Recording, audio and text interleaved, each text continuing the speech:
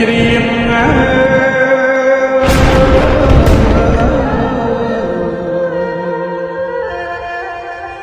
លោ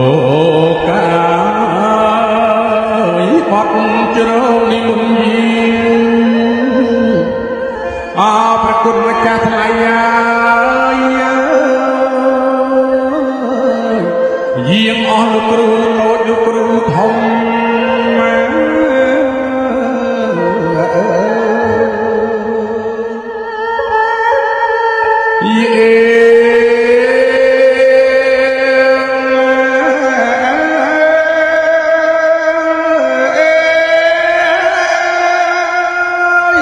សូមយាងអបប្របារមីសម្ដេចព្រះមេតបប្រគុណ